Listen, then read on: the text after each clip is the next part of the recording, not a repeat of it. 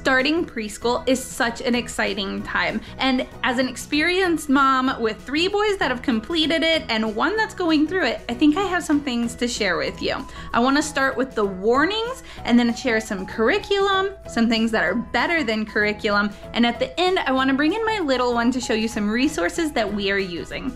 All right, let's get started. Here's my warning. Don't start homeschooling too soon. I have a whole video about knowing when is the right time to start homeschooling based on age and your child's readiness, so you might want to check that one out. And also, know your reason for homeschooling. I want to teach my children how to learn and to love learning. If you can teach them to love learning, then they'll be lifelong learners. But if you force them to learn, then they're probably going to do the bare minimum. If you are set on starting preschool, this is the right time for your child and for you, then let's talk about curriculum.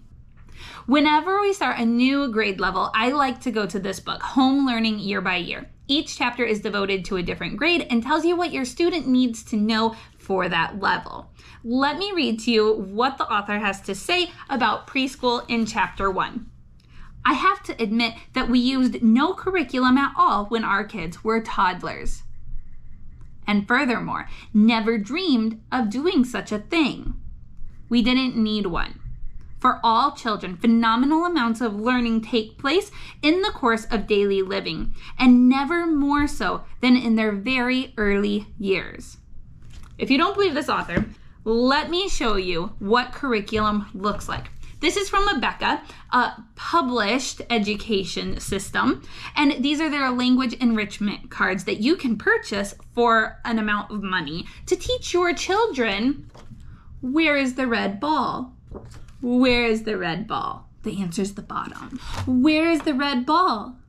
This jar is full. This jar is empty. You don't need these cards. They go on and on and on. How about saying, sorry, the milk is empty. We need to go to the store and buy a new one. You should look for your toy under the chair. These are the ways that your children learn, intangible, living them out moments, not by sitting down and having to focus on cards like this. You don't need this, mama. You need to be spending time with your child. I will say that there is one that I really like. It's also from Rebecca, and it's these animal alphabet friends. Now, you don't need them, but if you really want a curriculum, I do like these. Let me show you this example here of K. On the back, it shows a story. It tells a story of Kathy Kangaroo, and it uses great vocab words for your child. It explains a baby kangaroo is called a joey, a kangaroo's pouch. They live in Australia. The people there call her a roo. There's all kinds of great information, really interesting here. Then you're gonna go through the steps of creating a cake, and it's gonna tell you some ideas and storyline to remember that. Then it comes up with a learning game. Let your child hop around in a pillowcase pretending to be a joey. Let's have fun. That's something to do with an apron. Fun facts. This is actually a really interesting fact, but you'll have to read it. Kathy Kangaroo's song. Vocabulary development, and that is these here.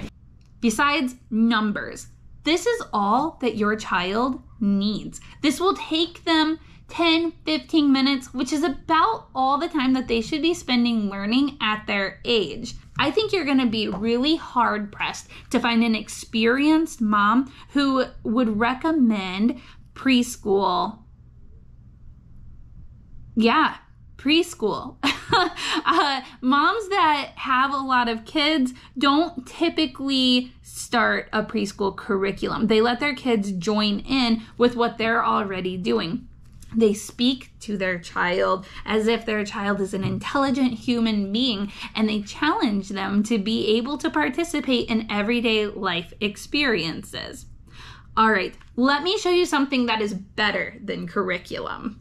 I'm so thankful that when I was ready to start preschool with my son, I had some experienced homeschool moms speak into my life and say that what I really needed to be doing was reading with him. Now, I read chapter books, which I'll do a review on chapter books for young ages, but we also invested in beautiful books with tons of information in nice snack-sized pieces for little kids. And we could sit down and read them, and then they could take these books to bed and lift the flap and poke the different spots. They were so great, and we still find ourselves pulling these out even now with some of our older curriculum to be able to look and learn more too.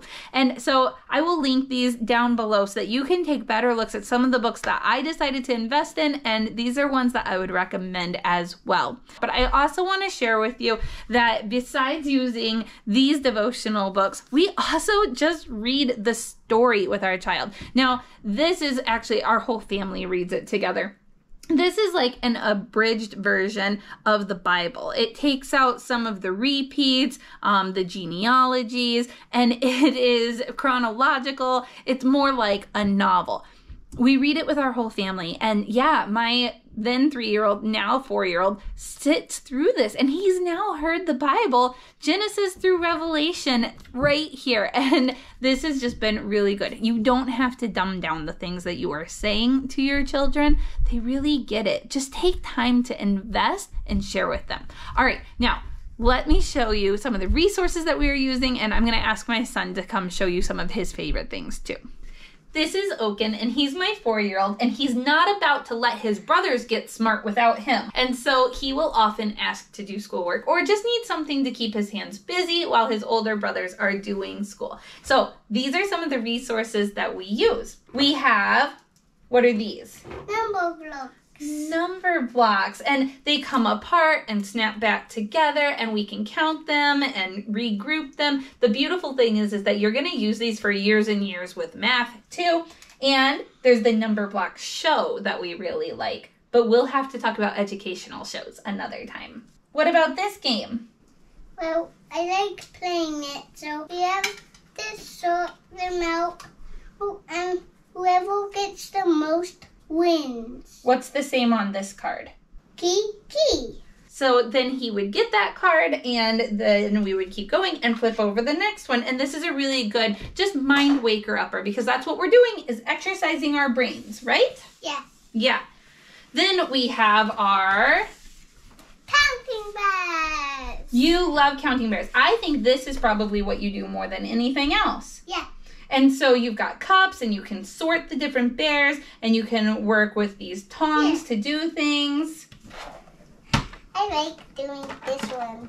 Inside our school bucket, he does have this folder, which has letters and shapes, and it has numbers in it too. And what he's doing in here is just tracing, and they're just got page protectors on them, so he can use his dry erase marker on there and trace the different letters and practice different shapes. And this is really what we do for working on our handwriting, right? Yeah. Even his pajamas, these aren't Halloween pajamas, these are human body pajamas. Hey, where are your ribs? Where's your sternum? Good job. We've also got a book for cutting and pasting. Then we have some Dollar Tree workbooks. Now, one of the things that we also really like is these dot markers. Yeah, and I do it a lot of the time. You do it a lot of the time. And he can trace his name, he can trace numbers and letters. I'm going to show you a picture that he recently did, and he did not use the green marker on this. He used the blue marker and the yellow marker and learned that blue and yellow make green. I didn't teach him that, you guys. He just experimented with paints and figured it out on his own, and that is the way that I want him to learn. Now, we also have things that work on dexterity, like getting the ball into the right spot. We work on puzzles that have numbers already on them, but this is just something that we got from Goodwill. And then we really like the game called Gobble It. This is a lot like tic-tac-toe, but the pieces can gobble each other, and so you have to think a little more critically.